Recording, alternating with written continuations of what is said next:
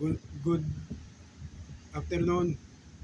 So today we are going to answer number 3 question in the past bar exam 2024 now in criminal law. So the question is here. Olivia went to the office of Lois after learning that he was giving out franchises to operate public utility vehicles. Lois told Olivia that she can have a certificate of public convenience within a month for 30,000 pesos. Olivia delivered to Lois the full payment. Thereafter, Lois falsified the franchise certificate and handed it to Olivia. Later, Olivia discovered that the franchise was fake. Luis was charged with and convicted of complex crime of stapa through falsification of public document. Did the trial court properly convict Luis of complex crime? Explain. Answer yes. The trial court properly convicted Luis of the complex crime. In Leticia Go Garbida and Henry Pascual versus People of the Philippines,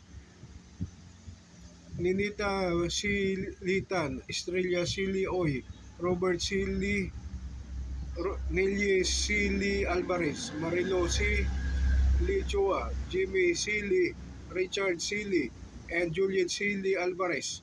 It states, for successful prosecution of the complex crime of stapa, through falsification of public documents, the concurrence of all the elements of the two crimes of stapa and falsification of public document is required.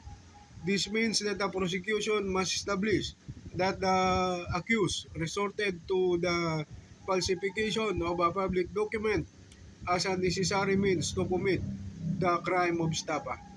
For conviction of stapa by means of deceit under Article 315, Paragraph 2 of the RPC, the prosecution must establish the following elements.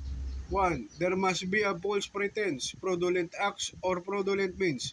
2. Such false pretense, fraudulent act, or fraudulent means must be made or executed prior to simultaneous with the commission of the fraud. 3. The offended party must have relied on the false pretense, fraudulent acts, or fraudulent means and was induced to part with his money or property. And 4. As a result thereof, the offended party suffered damage. Further, the court agrees with the say that the crime of falsification of a public document can be appreciated in this case as a necessary means of committing the stapa. The elements of the crime of falsification of public document are 1. The offender is a public officer who takes advantage of his position under Article 171 of the RPC or a private individual under Article 172 of the RPC. 2. The offender committed any of the acts of falsification enumerated in Article 171 of the RPC, example, by causing it to appear that the persons have participated in any act or proceeding when so participate. And 3. That the falsification was committed in a public official or commercial document. Clearly, the complex crime of stapa through falsification of public document was established as it was shown that the falsification committed by the petitioner was done as a necessary means to commit fraud against past in her hears, quote unquote.